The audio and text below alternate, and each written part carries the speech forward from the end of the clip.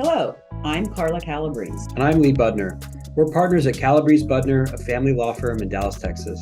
and this is Dallas Divorce Talk. Welcome back to Dallas Divorce Talk. I'm Carla Calabrese, and I'm here today to talk about a very narrow issue, although it happens often, fortunately or unfortunately, I guess, depending on your perspective. But this is we're going to talk today about the executive level manager, the C-suite, the CEO, CFO, president, vice president, who kind of makes a little mistake and has a relationship with somebody outside of his marriage, but inside of his office. So that's what we're talking about today, and why we think if you are that person, you ought to really consider collaborative divorce as a process for you who might otherwise be a little petrified about having to deal with a divorce and an angry spouse and a courthouse and the judge.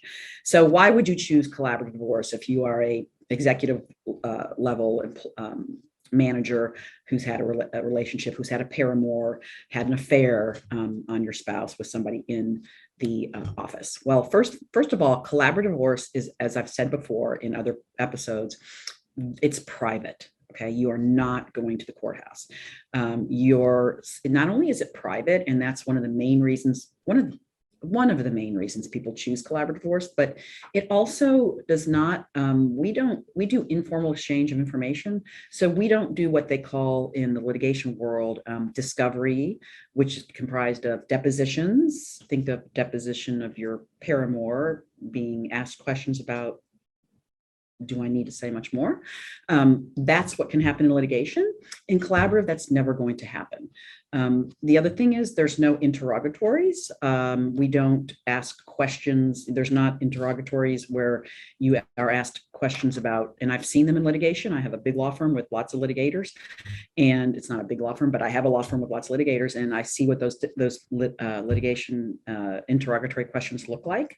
They're very, they're asking really sometimes private matters about you and your paramour, and that's what you face if you go through litigation. That doesn't happen in collaborative divorce. We don't go there. We try to instead focus on what is best for your family, and despite the fact that there may have been something like an affair or a paramour, because at the end of the day, at the courthouse, despite the fact that a litigator might say, yeah, we're going to go take that deposition, we're going to go get you a lot of money because your husband did that, typically the judges don't care. So why bother? Why spend all your money on something if the judges don't care about it? And I will tell you, they really don't. They've seen everything. So they're pretty desensitized. And that's something we learned and why we started doing collaborative anyway, because we realized those things at the end of the day don't matter much. So if you find yourself in that situation and you're in a tricky spot and you're facing a divorce, then you should really consider collaborative and talk to your lawyer about collaborative divorce. If you would like to talk more about your family law matter, please call us at 214-939-3000 or visit us at calabresebudner.com to schedule a consultation.